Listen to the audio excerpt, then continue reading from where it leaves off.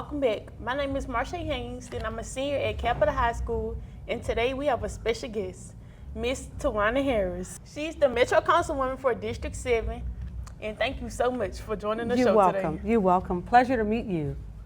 Where are you from? I'm originally from Southwest Louisiana, a little town called Orneville. It's very small. We sit on Bayou Teche. We have alligators and raccoons that go by.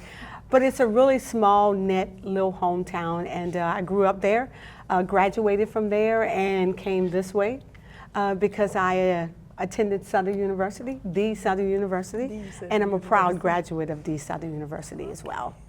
Tell us about your upbringing. Well, I grew up in a single-parent home. My mom and dad divorced when I was very young. My mom was very hardworking. She's my hero, my inspiration. Went to Orneville Elementary, middle school, and high school. Graduated, small class of 26. We had 26 graduates in our class. Very close community, very close-knit community. Everyone knows everyone there. And our upbringing was very important to us because my mom instilled in us to always respect others, respect your elders, and to work hard and achieve whatever your heart desire in life. So I'm here as a council person, and my mom, I know she's very proud of me and looking down on me as well. Who are some of your teachers that made an impact on you? Oh my God, I had a second grade teacher named Miss McConnell. Oh, she was mean as I don't know what, but her meanness really was her display of love for us. She saw in us what we didn't see in ourselves. She believed in hard work. She believed in being on time. She believed in showing up and being accountable for your actions, for your behavior. And it was really a good growing up for me in her classroom. And there was another lady named Miss Prejean. Loved her. I had a very special English teacher my senior year of high school. Her name was Miss D'Artes, and she was a real sweetheart. She instilled in us knowing who you are and knowing that you had a purpose for being here and dreaming. And while you're dreaming, make certain that those dreams come true by working hard and being dedicated to whatever you set your mind to. Why did you join politics? Well, it's funny you ask about politics because about 15 years ago, between 12 and 15 years ago, I had the pleasure of working some local campaigns here. I would volunteer my time and service, and I got into politics because I'm passionate about certain issues, certain initiatives that not only concern me and my family, but a community. So I volunteered with those campaigns, gave back, and then I became I decided to join this organization called the Democrat Women of Baton Rouge. So got involved in that, and then as time went on, I joined President Obama re-election campaign, got involved with that, met some great people on the campaign trail, and just fell in love with it, stuck with it, and then here I am, Councilwoman for District 7. What is it It like? wasn't written in the script now. I didn't write that part in the script. It just happened. Okay. What is it like being a councilwoman of District 7? Well, I have spent quite a bit of time here in District 7. I am former legislative assistant to former Mayor Pro Tem Lamont Cole. I was a legislative assistant for almost 10 years. So I knew the ins and outs of District 7, the good, the bad, the concerns and the needs of the constituent. And I spend lots of time here. Also, I'm the founder and executive director of the Butterfly Society, which is a domestic violence organization. So a lot of our clients come from this area. So boots on the ground, doing good work, hard work, and the opportunity presented itself, and here I am as Councilwoman. It's working hard, being true to your constituents, being true to your platform and your agenda, and making certain that your constituents have a place at the table and that their voices are being heard. So I enjoy doing this. What do you like most about it? Connecting with community, connecting with our constituents, getting to know them, spending time with them, and also knowing what their concerns are and what their needs are, and going to bat for them, fighting for them. And sometimes you don't always get what you want, But if your constituents know that you're fighting hard for them whatever room you're in and whatever table you're sitting at, it's always important to keep them in mind, make certain that they always have a place at the table, even though they're not sitting there, but you're the representative for them. So you're sitting at the table, bringing their concerns to those who are listening. And making certain that we have programs and initiatives here in our district that our constituents can benefit from, because it's so important that we tackle crime, we tackle blight, there's a drainage problem, just all those issues that plague our district. But for them to know that you have someone fighting for them, a champion for them, is very important for them to know that. What are some challenges that you face? Well, as a councilwoman right now, the city of Baton Rouge as a whole is facing many challenges. We are right now have a Thrive proposal that's before us, and that proposal is to help balance our budget and to tackle some of the issues that I mentioned earlier that we're dealing with in the city, within the city of Baton Rouge. So, and also that we have a new city that is up and running now, St. George.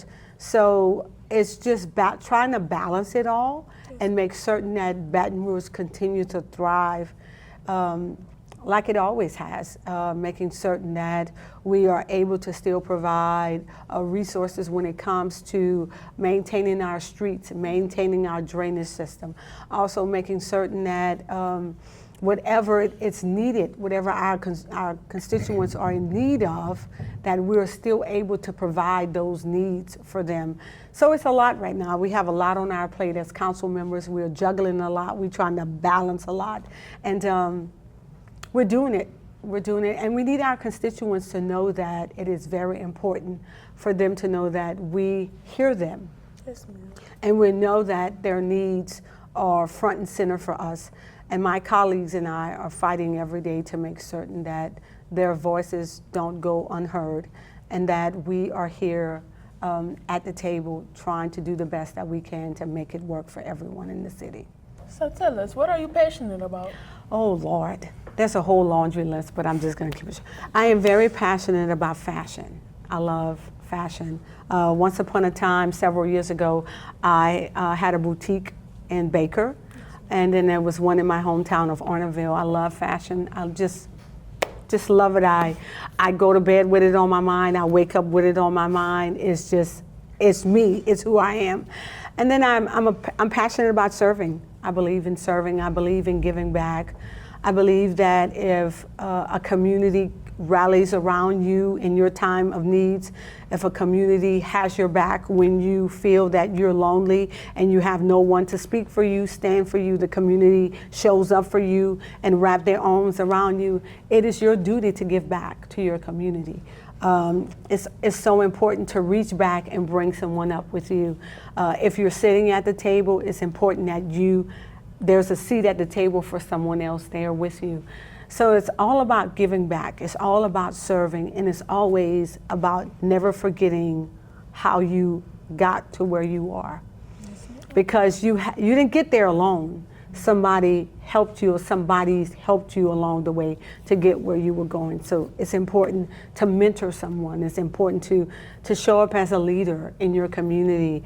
It's so important for you to know that it takes a village to make things happen around you. So never forget that. So I'm passionate about serving. I'm passionate about fashion, and I'm passionate about politics as well.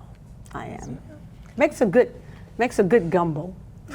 Serving, fashion, and politics. Yeah, I think it'll be okay. I think that goes well together. What would you like the people to know about Miss Twahna Harris? Miss Twahna Harris never meets a stranger. Never, never, never. My husband and son, when we out to dinner or shopping or just spending time together, it's like, can we go somewhere else and you not know anyone? That's almost impossible. I love people. It's important to me that when I make connection with someone for the very first time, that I leave with them a very good impression. So the next time I run into them, it's all good, it's all well. I remember my boss, I used to work for this bank, financial institution some years ago, and she would always say to me, treat people the way you want to be treated. Yes. And it stayed with me. And that's what I do. I make it my business to treat people well when meeting them. I'm a hugger. I love hugging. From Southwest Louisiana, we love hugging on folks, so I'm a big hugger. I also am passionate about what I put my mind to and what I put my hands on. And domestic violence is something that I'm very passionate about. I'm a survivor of domestic violence. I was a college student at the time when I experienced dating abuse. And by the grace of God, I was able to walk away from the situation because I had that village I spoke about earlier. So I am very passionate about domestic violence. I embody it. It's all about education, intervention, and prevention. And that's what we do as an organization, to just want to help to empower and save lives, because domestic violence and dating abuse is a crisis in our communities. So it's all about educating our community to know that you're not alone and there's a village here to support you. So that's a little bit about myself. So what do you think about our new TV studio? When I walked in, I was blown away. I said, oh my goodness, this is so phenomenal. And for a second, I saw you there and I said, man, she looks good behind that desk. So, and then at that moment, I said to myself, I can see her on ESPN, CNN, maybe start out at WBRZ, WAFB, NBC 33. You look really well behind this desk, and you're doing a phenomenal job, by the way. Thank you. Yes. So where do you see District 7 in the next 5 to 10 years? Well, we have an agenda that we have put together, my staff and I. And I also want to give a shout out to my staff. If it wasn't for my staff, I just don't know where I would be in this position. I have a staff that's very committed. They're very working. They're passionate about what we do. They're passionate about serving District 7. So I want to give a shout out to them. And it's so important because they make me who I am. Yes, so I want to thank them for it. But in the next 5 years, I see that blight will be tackled. As a matter of fact, the mayor's office has this new blight initiative where they are tackling blight like never before. So blight, I can see that crime is not going anywhere. It's not. I think what we have to do is, as a community, we have to rise up against crime. Yes. The police department, the sheriff's office can't do it by themselves. So constituents are going to have to take a stand and rise up in a way like never before and take our communities back. Many days, we receive calls on many days where our constituents will call and say to us, I'm having a problem with some of my neighbors who are doing a lot of illegal activity, late night hours, drag racing, just a whole number of things that some of our elderly constituents are dealing with.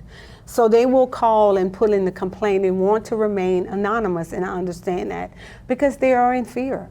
They are in fear of living in their homes because what's happening on both sides of them has never happened before. So it's important that we tackle crime, and remember, crime is not going anywhere, but tackle it in a way we've never tackled it before. So it's blight, there's crime. We want economic development in our district as well. Possibly a grocery store in North Baton Rouge, but I know several of my colleagues are wanting that to happen in their district as well. So, and I want to mention, at our community center, we just opened a reading lab as well. So we're going to be offering reading and some tutoring as well. We're also going to be doing a chess club. So we would love to recruit some great students from Capital to be a part of our chess club. We have several clubs that we're going to be working on to incorporate into the community center. We also are hoping that we can get eSport with EBR School at our community center. The community center is a safe space. It's the heart of our district.